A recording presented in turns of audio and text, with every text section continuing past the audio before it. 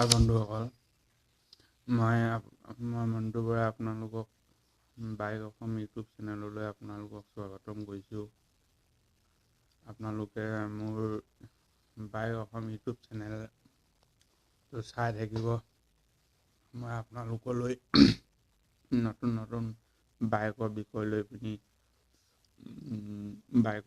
লৈ পিনি আপোনালোকৰ মাজলৈ আহিম।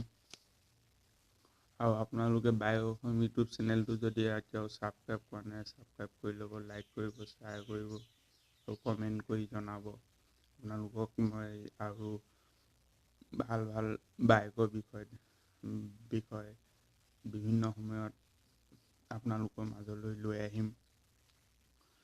আৰু আজি এতিয়া মই যিখন বাইকৰ বিষয়ে আপোনালোকৰ মাজলৈ আহিছোঁ, নতুন মডেল আহিছে বাইকখনৰ বাজাজ কোম্পানীৰ পালচাৰ 150 নেনো।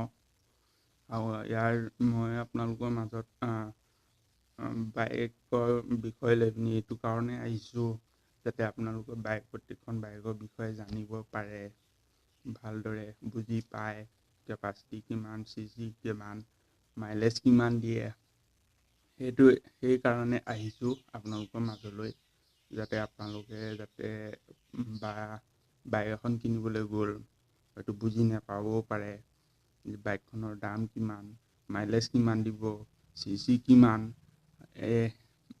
সেয়েহে মই আপোনালোকক বাইকৰ বিষয় লৈ পিনি ক'বলৈ আহিছোঁ। আহকচোন ভিডিঅ'টো আৰম্ভ কৰোঁ। বাইকখন আপোনাৰ ইঞ্জিনৰ ক্ষেত্ৰত হ'ব, ইঞ্জিন আপোনাৰ 149 cc 4 ষ্টক, আৰু ইঞ্জিন হ'ব DTS-I air cold single cylinder. Power হ'ব 49 bhp 9000 rpm। টৰ্ক ৱেট হ'ব 12.5 Nm 6500 rpm। বেগৰ ক্ষেত্ৰত হ'ব 240 mm ডিস্ক ব্ৰেক আগফালে আগৰ চকাটোত, পিছফালে হ'ব 130 ডাম ব্ৰেক। আৰু মই যে এইবিলাক কৈ গৈছোঁ, মই আপোনালোকক বুজি নাপাবও পাৰে মই কওঁতে। ধৰি লওক মই স্ক্ৰীমত মই ভিডিঅ'টো মাজত এনেকৈ দি দিম, আপোনালোকে চাই ল'ব আপোনাৰ বাইকখনৰ কিমান কি আছে ধুনীয়াকৈ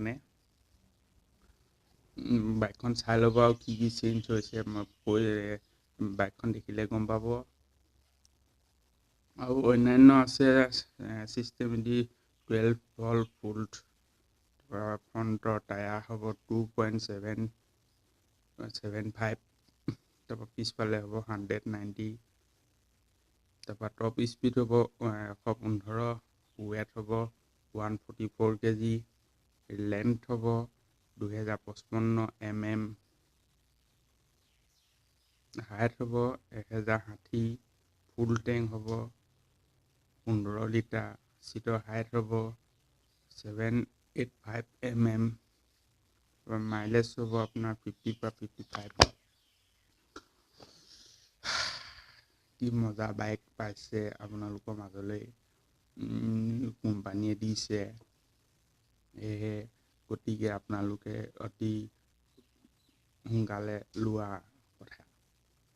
আজিলৈ আহিছোঁ, আগন্তুক দিনতো মই আপোনালোকৰ মাজলৈ লৈ আহিম নতুন নতুন বাইকৰ বিষয়ে। সেয়েহে আপোনালোকে চাই থাকিব bike Assam YouTube channel. Bye bye, জয় অসম।